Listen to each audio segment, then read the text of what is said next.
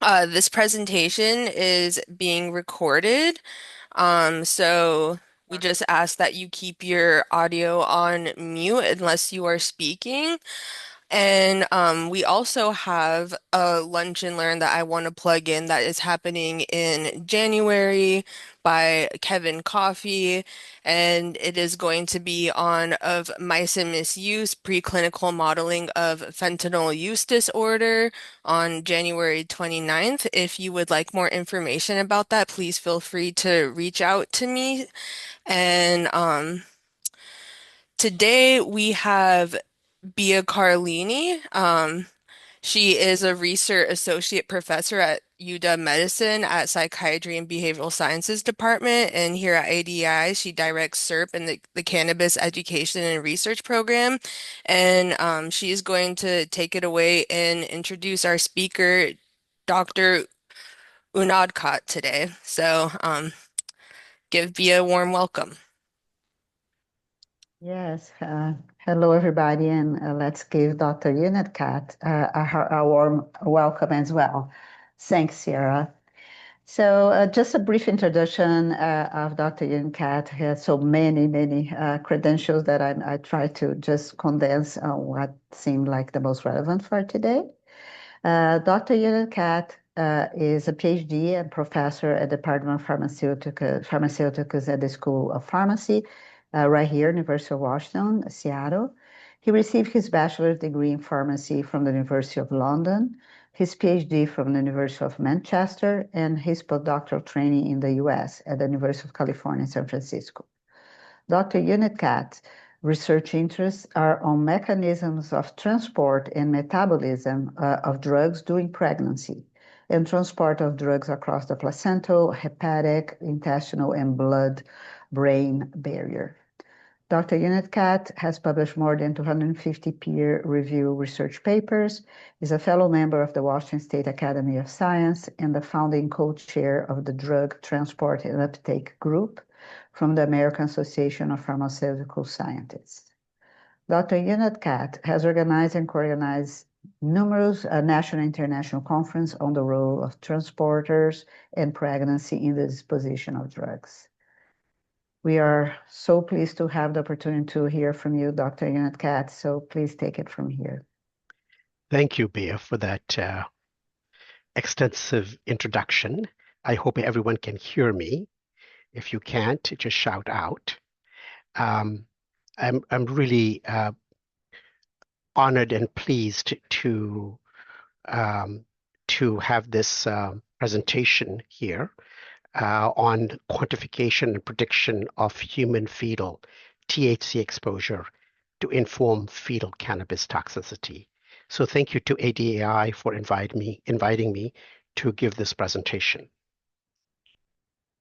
So let me just start with the problem that we have at hand, that after legalization of cannabis in many states in the United States, that there is over the years an increase in cannabis use during pregnancy. And if you look at this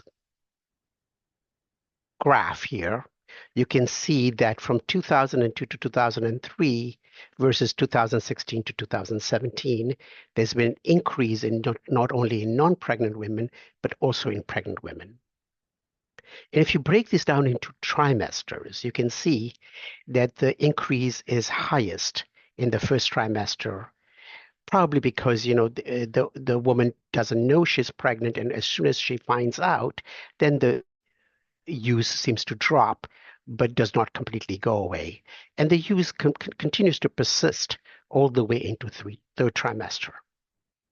And over these years, and even since 2017, the other interesting facet that we need to keep in mind is that the concentration of THC, which is the major intoxicating cannabinoid in cannabis, has been increasing.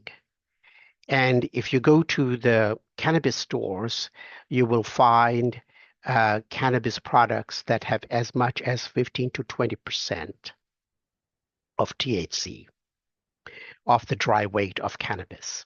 And of course, this is primarily for the edibles and the vaping products as well as the smoking products, but can be much higher for other types of products. So when we look at the typical routes and frequencies and doses during pregnancy, it's really hard to get at these data. But whatever we've been able to glean from the literature is that smoking appears to be still the predominant route of cannabis consumption during pregnancy, followed by sort of equal contribution from vaping and edibles. And if we sort of estimate how much cannabis consumption is how much pregnant women are consuming cannabis, we can our estimates based on the literature and also those published that it's around 200 milligrams of THC per day for those that are actually using it on a daily basis. So it's not an insignificant amount of cannabis that's being consumed and THC that's being consumed. Now, how does THC produce its intoxicating effect? Because that's the major cannabinoid in cannabis that produces intoxicating effect. Well, it does so by actually binding to the CB1 receptors, which are predominantly present in the brain, as this cartoon shows.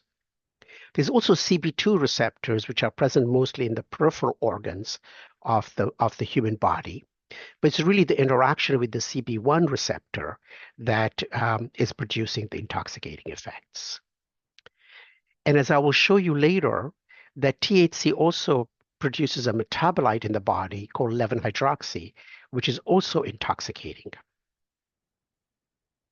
And here is a cartoon that shows that when THC is consumed, it's metabolized both in the intestine and the liver, primarily by two enzymes. 2C9, cytochrome P50 2C9 is the major enzyme in the liver, and then cytochrome P50 2C9 and cytochrome P50 3A4 are the major enzyme in the intestine that metabolize THC to 11-hydroxy THC.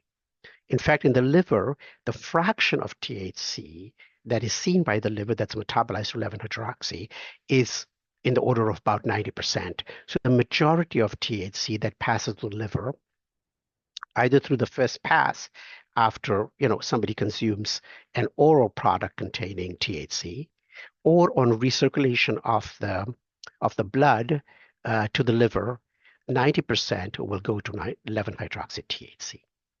And then this is subsequently metabolized to an inactive, non-intoxicating metabolite called the carboxy, which is then conjugated and excreted in the urine. And that is what is used to test for the legal test for consumption of cannabis, as they look at your carboxy glucuronide or the carboxy itself in the urine.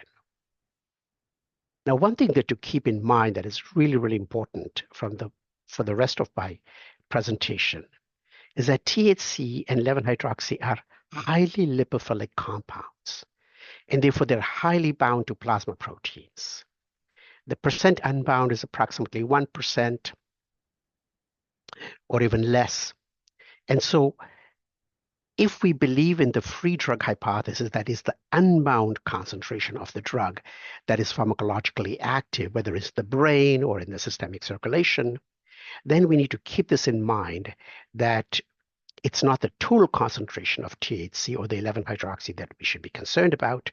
It's really the unbound concentration of THC and 11-hydroxy that we should be worried about. Okay, and it's the unbound concentration that is crossing the biological barriers, such as the placental barrier, the blood-brain barrier, etc. Unless, of course, there's a transporter involved that transports these cannabinoids across these barriers. Now, all this prenatal cannabis use by pregnant women, the question is, does it produce any deleterious effect in the fetus? And there have been a number of retrospective analyses. And the reason why there have been retrospective analyses is because prospective controlled, randomized controlled trials of cannabis consumption and its effect on the fetus are, of course, unethical. And therefore, our only option is really to do the retrospective analysis if we want to do the studies in humans. And these studies have shown, and these are numerous studies that have shown this, is that there seems to be some neurodevelopmental deficits that ensues from prenatal cannabis use. And of course, these progeny of the women who've consumed cannabis, the offsprings of consumed cannabis during their pregnancy, have been studied not only immediately after birth, but also over a longer period of time, including as far as 22 years after that exposure. And these studies all indicate this neurodevelopmental deficits from prenatal cannabis use. For example, in this study, the conclusion made was that the 51% of the offspring, an astronomical number, are more likely to develop autism spectrum disorder than those who were not exposed to cannabis in utero. So these retrospective studies, are they truly reporting neurodevelopmental toxicity of THC in metabolites, or are they confounded by other factors? And this is an important question to address because observational studies or retrospective analysis of data are often riddled with confounding factors, such as other drug use, alcohol use, tobacco use, socioeconomic factors, and a number of other confounding factors. And as I said earlier, prospective randomized control studies are unethical. So what are our options in terms of actually figuring out whether THC produces neurodevelopmental deficits in the infants exposed to cannabis and THC in utero? Well, one could do preclinical neurodevelopmental toxicity studies in animal models, macaques, monkeys, dogs, mice, rats, etc. But often these studies are not done at pharmacologically relevant fetal exposure concentrations. And why is that? Because it's a bit of a catch-22 situation. We don't know what the fetal exposure to THC and 11-hydroxy-THC, which are the intoxicating cannabinoids, is because such studies have never been done. And therefore, how can we do pharmacologically relevant studies in preclinical models? So we wanted to address this question. We wanted to ask the question whether we could actually measure and also predict THC and 11-hydroxy fetal exposure during pregnancy, not only at the time of birth when umbilical venous plasma concentrations can be obtained, but earlier in gestation when such concentrations cannot be obtained, because again, they would be unethical. Okay? So can we actually predict these concentrations throughout pregnancy using our previously developed maternal-fetal PBPK model? And I'll explain in a moment what a PBPK model is. And of course, any model can make predictions. The question is, are these predictions correct? So we wanted to check to see whether our predictions can be verified to the extent possible by quantifying these concentrations in fetal plasma and tissues. Example, the fetal brain, including the unbound concentrations, because it's the unbound drug that is pharmacologically active. If we can accomplish these goals, then these predictions will help guide future preclinical neurodevelopmental toxicity studies at pharmacologically relevant concentrations. So what is a PBPK model? A PBPK model is basically the compartments, the major tissue compartment is the body,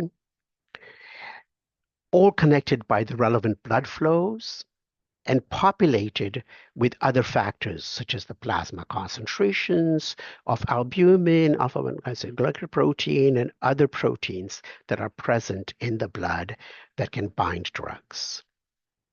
They're also populated with things like cardiac output and also the tissue compositions of these various compartments in the body. So here in this instance, for example, you have the venous blood, the arterial blood, and the major compartments in the body that are going to be important in the distribution, metabolism, and excretion of drugs. And then this is connected via the placenta to the fetal PBPK model. PBPK model stands for physiologically based pharmacokinetic model. And here we have a simplified fetal PBPK model, not including all the fetal compartments, but the major ones that are going to be important in the distribution of the drug, for example, the fetal brain. And the placenta, of course, is the mechanism by which the drug crosses over from the maternal blood to the fetal blood, which then circulates into the rest of the fetal body. And of course, the drug can cross the placenta by passive diffusion and can be metabolized there, or it can also be transported out of the placenta back into the maternal blood to prevent the entry of the drug into the fetal blood. Likewise, THC can be metabolized in the liver, the intestine, to its metabolites, including the major metabolite 11-hydroxy-THC. Now, when a physiologically based pharmacokinetic model is populated with all the systems-related parameters, what I mean by systems-related parameters are all the physiological parameters, such as the cytochrome P450 activities in the liver, the intestine, the transporter activities in the placenta, and also perhaps metabolism in the placenta, metabolism by the fetal liver. Then one could use this model for predicting the disposition of any drug that you know its disposition characteristics. If you know its metabolism, its transport characteristics, its distribution characteristics, then you can use these models to predict the maternal-fetal disposition of the drug. So that, in fact, is what we sought out to do, is to characterize the metabolism of THC and 11-hydroxy in the human intestine, the liver, and the lung, because inhalation cannabis use is going to have majority of the THC go through the lungs before it reaches the systemic circulation. And as far as the fetus is concerned, the placenta is, of course, very important in terms of placental transport and metabolism. And I'll talk about transporters in a second, and then fetal metabolism, fetal in the liver. So if you can characterize the extent and the rate of metabolism as indicated by clearance of the drug, we can populate those values into this model to predict maternal-fetal disposition of THC and its metabolite.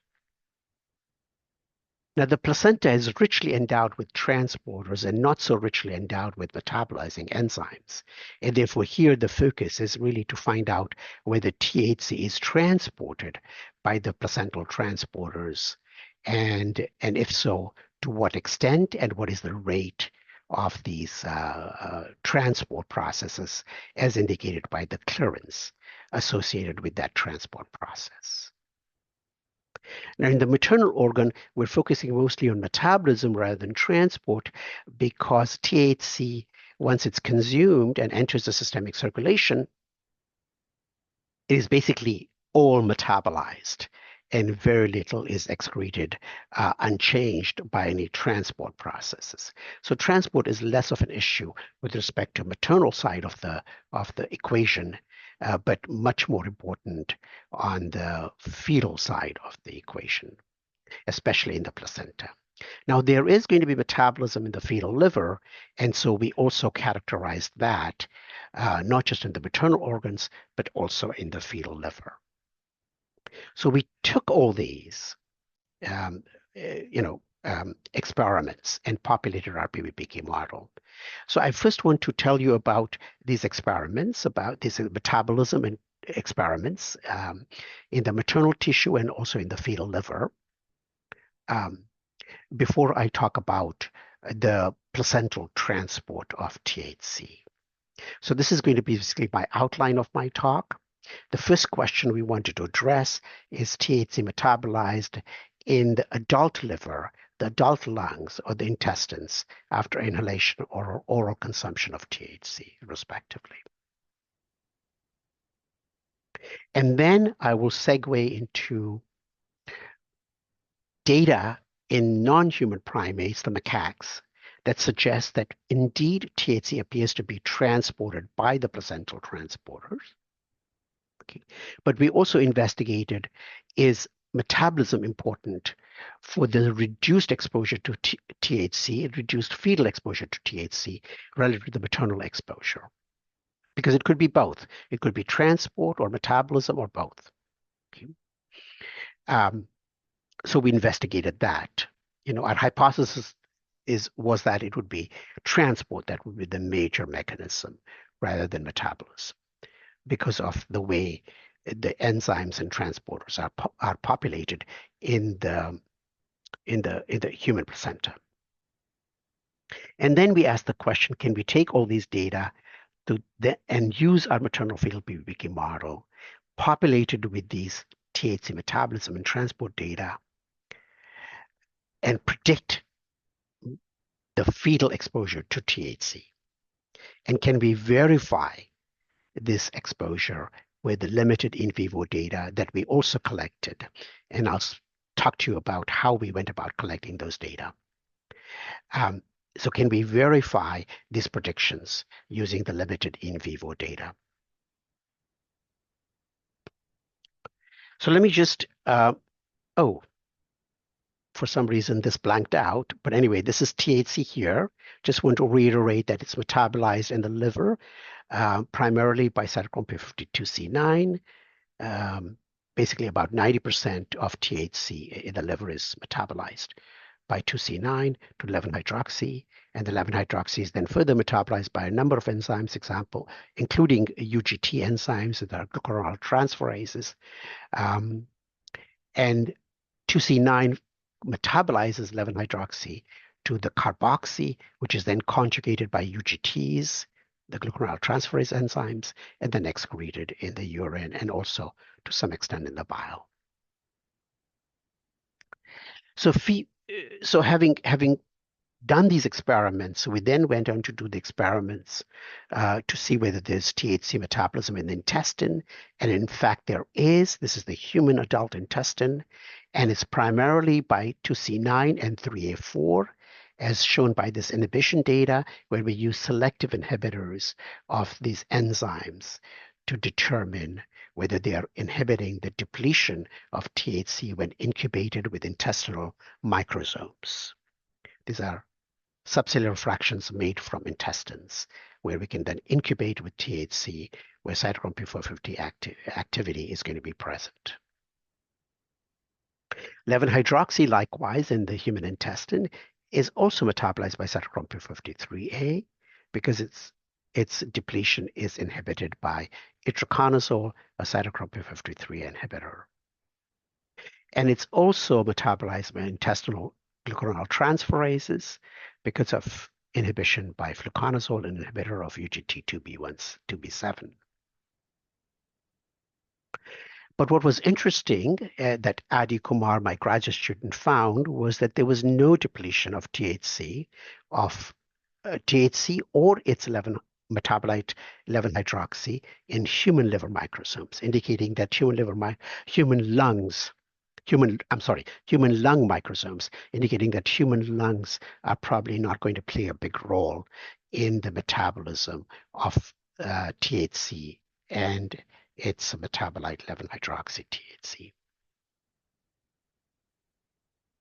So then we address the question, because we now collected all these data in sort of the first part of our goals, is then we invested the question is why is fetal exposure compared to maternal exposure of THC reduced in the macaques, meaning it's not one-to-one. Because theoretically, if a drug passively diffuses across the placenta and is not extensively metabolized in the placenta or the fetal liver, that the unbound concentration in the fetal circulation should be equal to the unbound concentration in the maternal circulation. But that does not appear to be the case as far as non-human primate studies are concerned. So the question is it metabolism or efflux transport by the placenta the reason for this observation? And let me show you the data on the circulatory concentration in the maternal plasma in the macaques versus the fetal plasma in the macaques. And you can see the fetal plasma concentration overall are much lower than the maternal plasma concentrations. And in fact, if you look at the AUC ratio, you can see the ratio is about 1/3 in the fetus compared to the maternal plasma. The AUC is basically the area under the curve of these plots. Now, is this also the case in humans?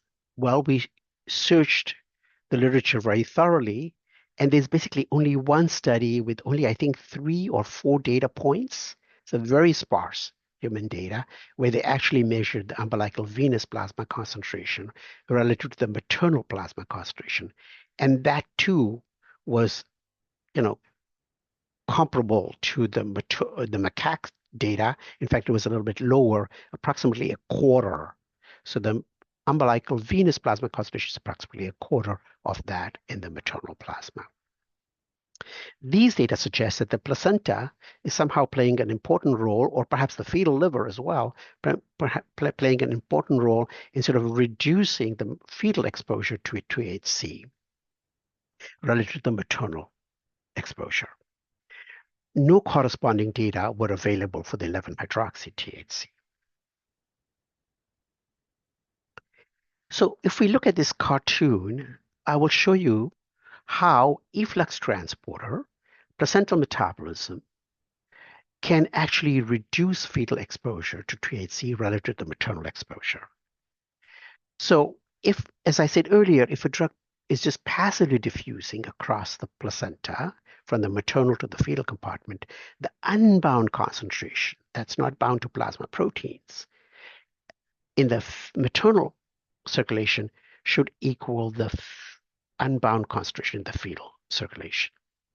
Or actually, to put it the other way, the fetal unbound concentration should equal to the maternal unbound concentration, because the maternal concentration is the driving force. However, if there are transporters present in the direction from the fetus to the mom, transporting drugs from the fetus to the mom, then what will happen is that those molecules will be transported out of the fetal compartment, and actually to some extent also prevented from entering the fetal compartment, because they'll be bounced back like a bouncer at a nightclub. So if the drug basically is a PGP substrate, then the bouncer will bounce them out if the transporter is present on the apical membrane of the syncytial trophoblast, which is the multinucleated cell layer separating maternal blood from the fetal blood. Or the drug could be metabolized in the placenta, as shown by these arrows, and therefore again reducing the exposure to the fetal compartment. Now, anything that escapes transport or metabolism will then pass on into the fetal compartment. So in the presence of transport or metabolism or both, then the fetal concentration relative to the maternal concentration will be reduced.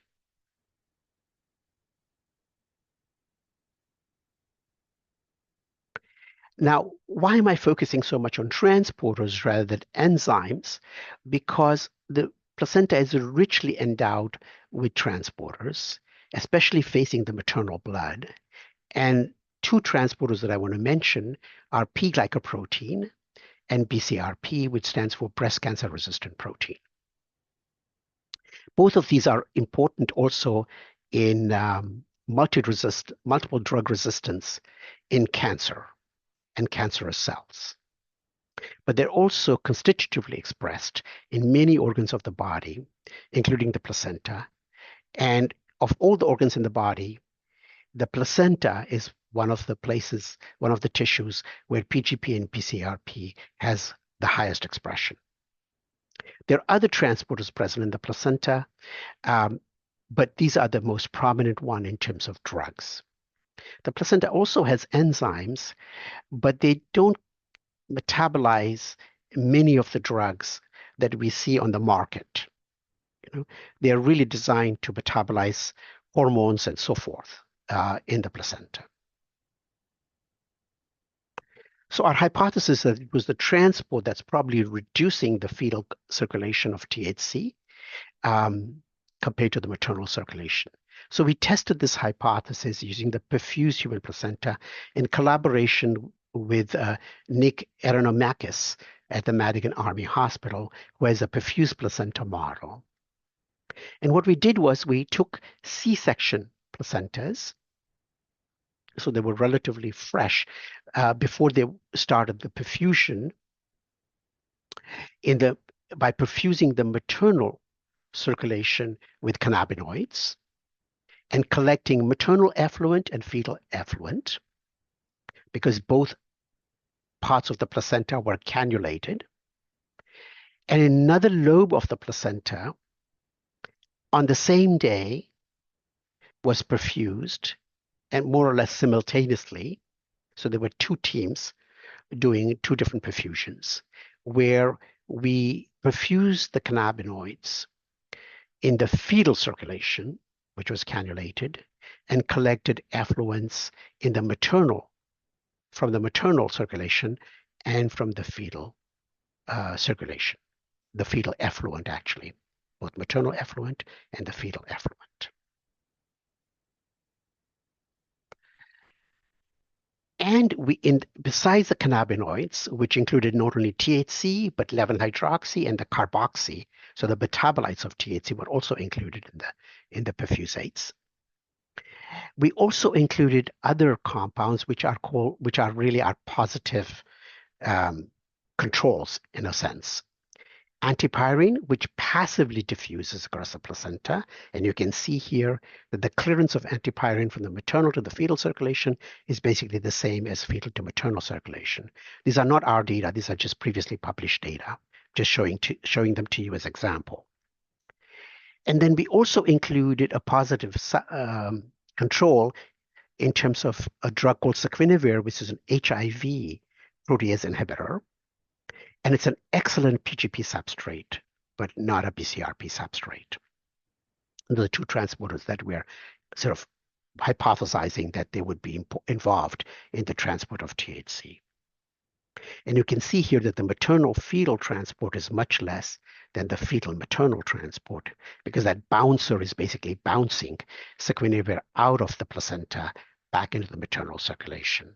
And therefore, the fetal-to-maternal clearance is much greater than the maternal-fetal clearance, reducing the exposure of the fetus to saquinavir. So here's the data that we obtained. Here is the clearance, which is normalized to the antipyrine clearance to take care of differences in the surface area of the cotyledons that we were perfusing rather.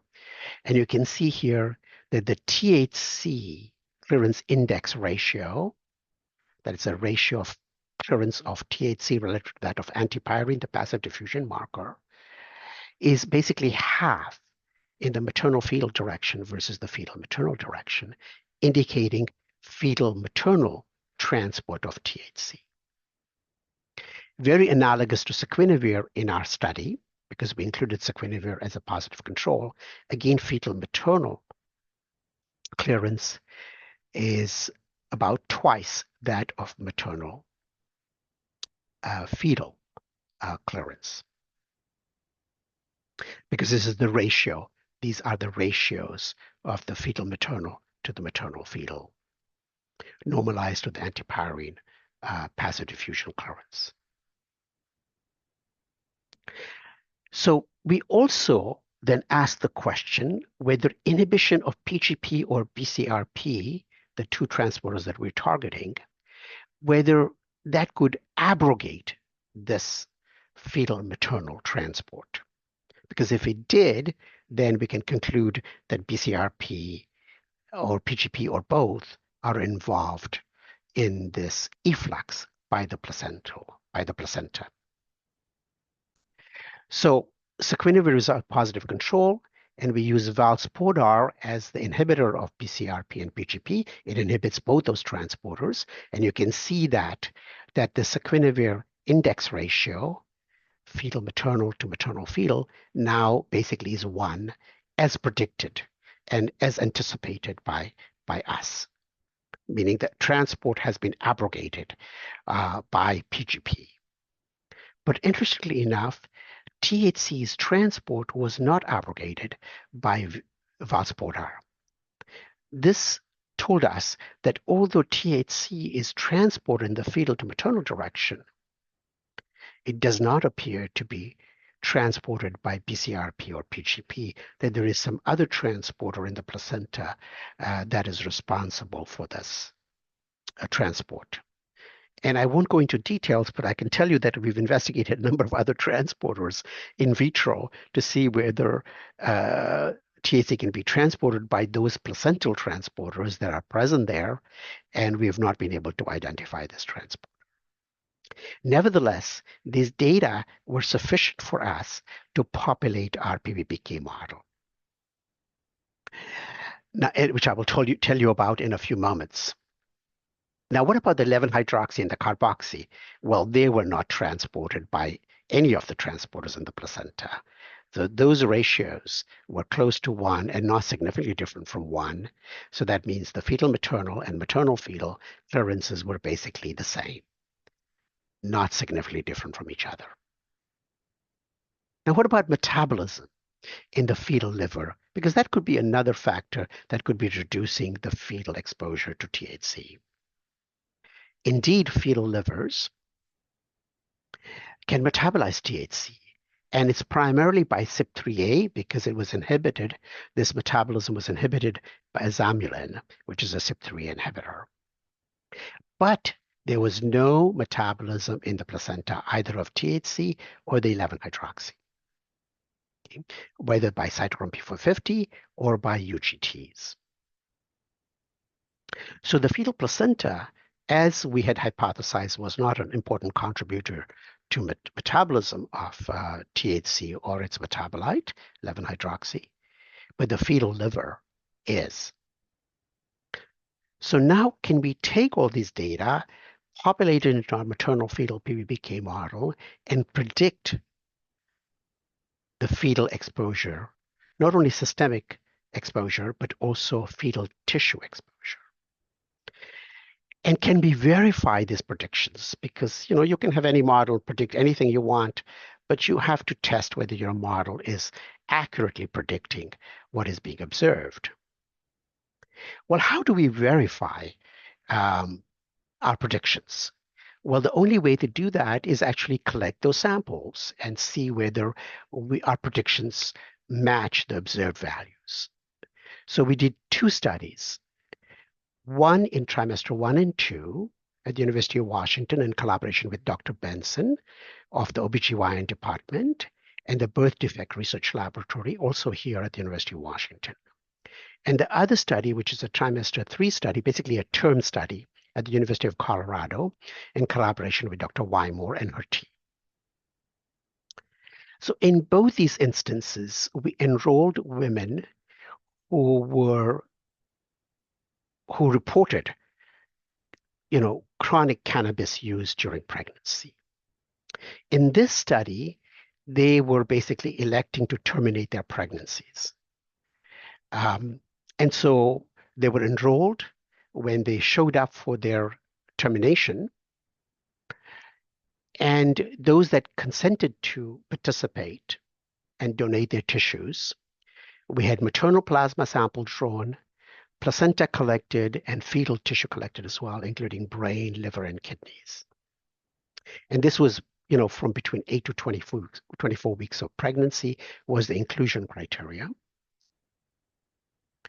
And report that they were using cannabis via smoking or edibles.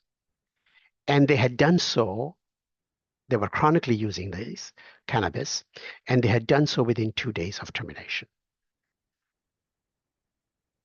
We also tested them for other recreational drugs in terms of a spot urine sample on the day of termination and ensured that they were negative for all these drugs. Of course, we don't know whether they would have used any of these drugs earlier in pregnancy because we enrolled them only on the day of the termination. We also enrolled a control group that was not consuming cannabis or using any other drugs, okay, that were terminating their pregnancy. And they too were tested for THC in their urines. All the subjects were tested for THC in the urine. Okay. And those that claimed to have consumed cannabis were positive, and those that didn't were not positive. In this study in Colorado, these pregnant women who consumed cannabis chronically during pregnancy carried their babies to term.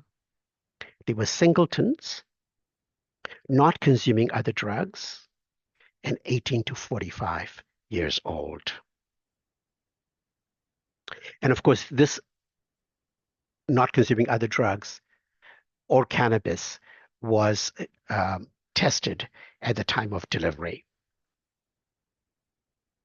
So here's the data. This is the trimester 3 data, which is basically term studies, term pregnancy studies. This is the THC concentration. These are the maternal plasma concentration and the corresponding placenta and the umbilical venous plasma concentration drawn at the time of delivery. And you can see here that the placenta and the umbilical venous plasma concentration relative to the maternal plasma are less than 1, significantly less than 1. In fact, comparable to the macaque study that I showed you earlier, approximately a third of the concentration in the maternal plasma.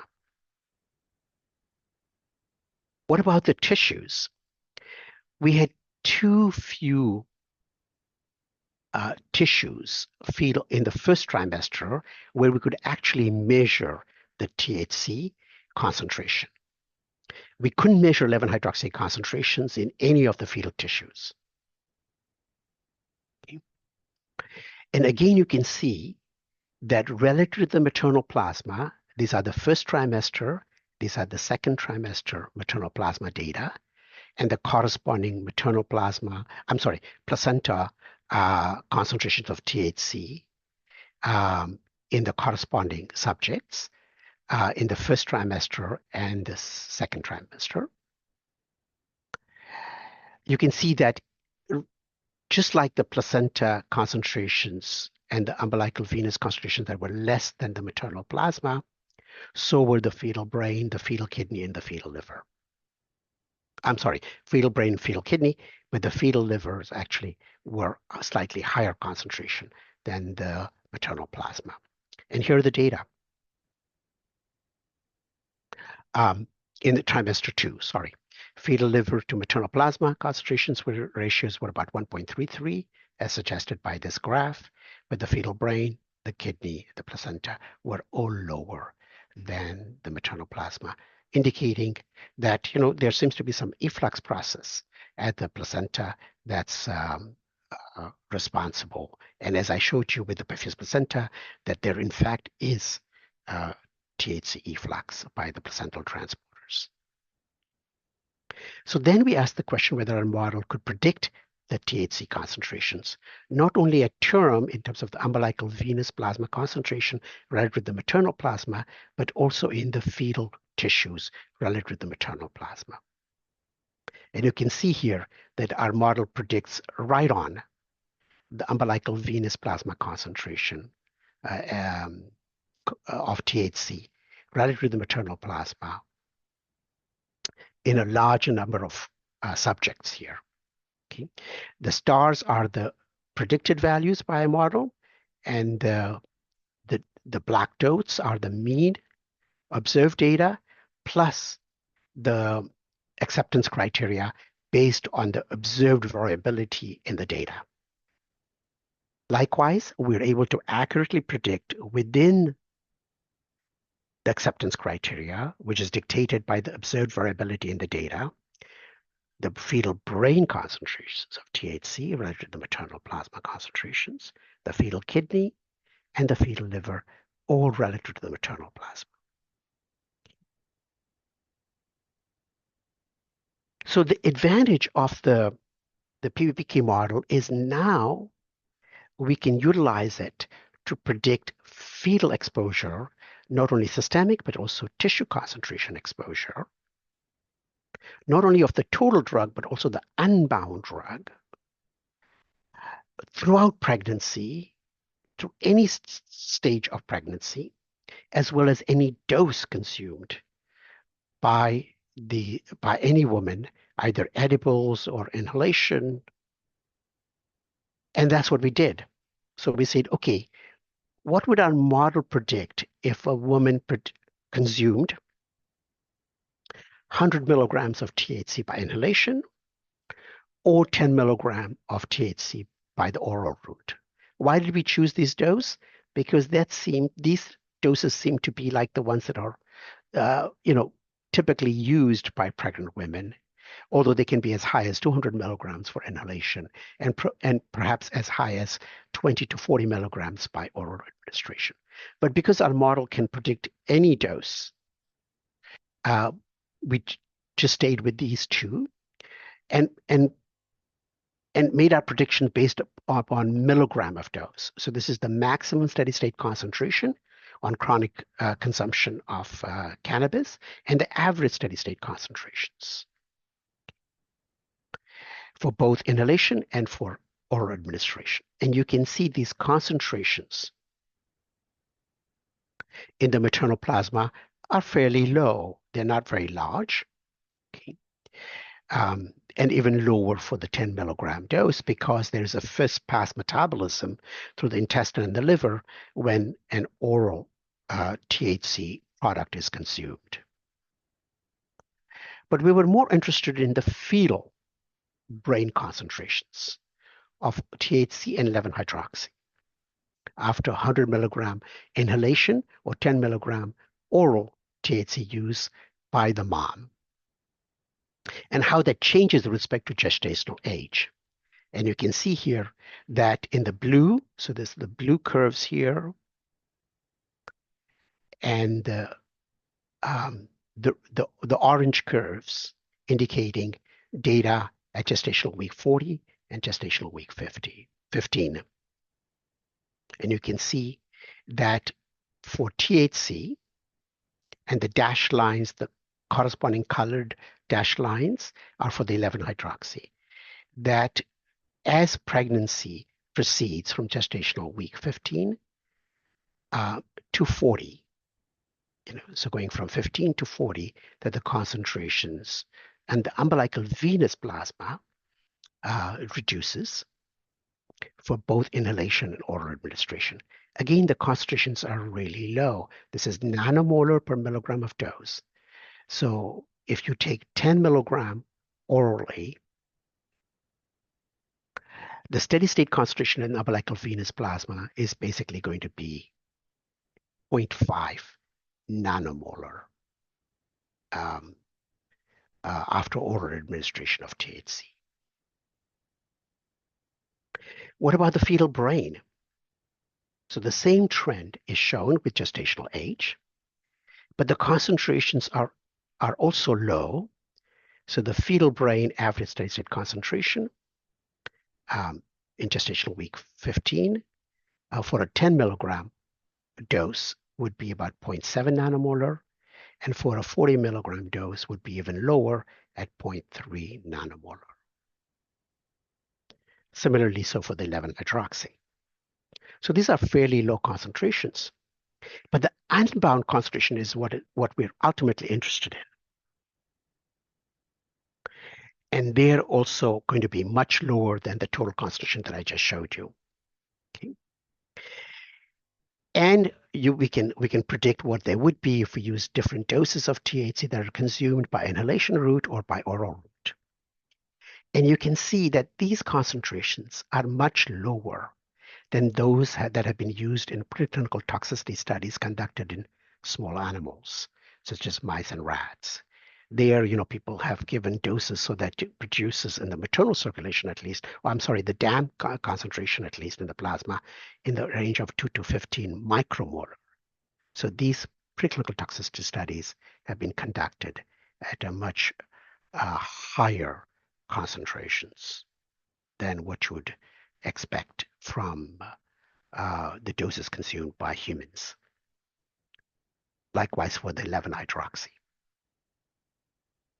So just to summarize and close, because I see I'm running out of time, that these cannabinoids are significantly metabolized in the adult liver, intestine, fetal liver, but not in adult lungs or the placenta. THC is effluxed by the placental transporters, which is unknown for the moment. And our maternal-fetal PPK model accurately predicted fetal exposure to THC. And this model can allow prediction of fetal exposure to THC throughout gestation and also for any dose, whether it's inhalation or oral consumption. And these concentrations that are used in the clinical toxicity studies are much greater than what we've observed or predicted in terms of fetal tissue concentrations and fetal systemic concentrations. So given this data, what are our next steps? So we've taken the cohort that we have in our, the samples that we have from the cohorts that we studied in our freezers, and we've conducted transcriptomic and proteomic studies of the fetal brains to determine if fetal prenatal cannabis exposure results in any molecular changes in molecular signatures in the fetal brain. And we've also done actually this for the placenta. But I just want to give you a teaser. This data analysis is still ongoing by Gunther Kahlert, a postdoc in my lab. And what I'm going to show you is on the left-hand side is this transcriptomic data of the cannabinoid consuming or brains that were exposed to a prenatal cannabis use in the first trimester versus the controls. And I'm showing you only the female data because unfortunately we didn't have very many males in the samples that we collected that passed our RIN test in terms of RNA integrity. So I'm showing you only the female data. And you can see here that there's nothing much happening with respect to THC exposure in the brain at the level of 0.05 adjusted p-value and log-fold ratio of the mRNA of 1.5-fold. So not much of an effect of cannabis consumption during the first trimester as far as the transcriptomic data is concerned. The proteomics data, on the other hand, is quite busy, reporting a lot of changes at the level of the protein. Okay. And what I've given you in the bottom is really the sample size. Okay. The proteomics data were not necessarily conducted on the same samples as the transcriptomic data because many of the samples that were used for transcriptomics did not pass the RIN number categorization and cutoff we had for the transcriptomic studies. Although there is some overlap between the transcriptomic and the proteomic data. What about in terms of the second trimester exposure to the fetus versus the controls. Here we had mostly males and fewer females, so we focus mostly on the males. And now here, contrast to the first trimester exposure, there is much more of an effect of the cannabinoid exposure in terms of upregulation of genes and downregulations of genes. And likewise, in terms of the proteomics data, quite a few genes upregulated or downregulated. Okay. So we are actually putting together the analysis of the data, doing pathway analysis, etc., for publication. And we're certainly seeing some very interesting changes that are happening in the second trimester, especially in terms of this cannabinoid exposure. Okay. But stay tuned. Maybe we'll have another seminar to talk about all those data. Okay. I just want to acknowledge a dream team of students, postdocs, former and present in the lab, who worked very hard to generate all these data, and a dream team of collaborators at Madigan Army Hospital, the University of Washington, and University of Colorado, and the EDGE facilities, Doctors Bamler and McDonald, who helped us with the transcriptomic and proteomic data analysis. And of course, funding from NIH, especially the PO1, the program project grant that I have funded by the National Institutes on Drug Abuse. And thank you for your attention. Happy to answer questions. Thank you so much. Thank you so much for your presentation today, Dr. Unadkat. Very, very interesting, groundbreaking, exploring questions that I haven't even thought before they existed. So very, very, very interesting. We are like 2 minutes to go. I think we have time for one question if somebody wants to drop in the chat. I would also suggest, if you are okay with that, doctor, that I drop your email here in case people have questions. Is that okay? Sure, So if yes. Okay, so here we go. Since we won't have time to discussion, I really appreciate you coming to us. I have one question. I was just wondering if it's common that the lungs have no role on metabolism. If that was a surprise, it seems to be the case of cannabis, even if it's inhaled. Is Yes. that common? Yes. Yes. There's very little data in the literature that the lung plays an important role in the metabolism of drugs. That Okay. are consumed by inhalation. Even tobacco, for instance. Even yes, tobacco? yes, yes, yes, yes.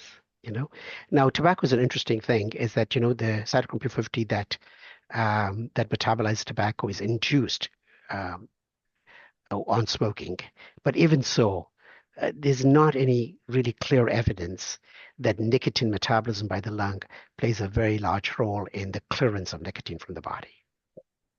Interesting. Okay, thank you. I was wondering if that was specific from cannabis, but it seems like it isn't, right? Yes. Okay, yeah.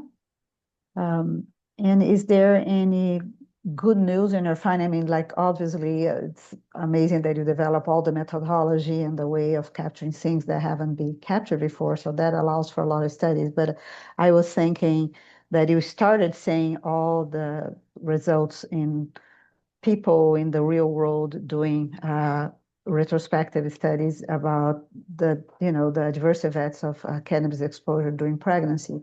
And then you show that it's way lower, apparently, than the mom is exposed to when it gets to the fetus. Right. Is that necessarily good news, or it depends? What is your take on it? Well, I think we still have to finish our analysis of the transcriptomic and proteomic data on the brain, but it looks like there are some significant changes that are happening.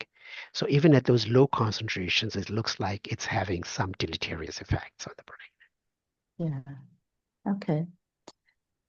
Okay, I would like we are one past. I want to thank you again for coming here to talk to us. It's really exciting, and in name of ADAI, I want to give you a big shout and applause for your talk today. Thank you so much.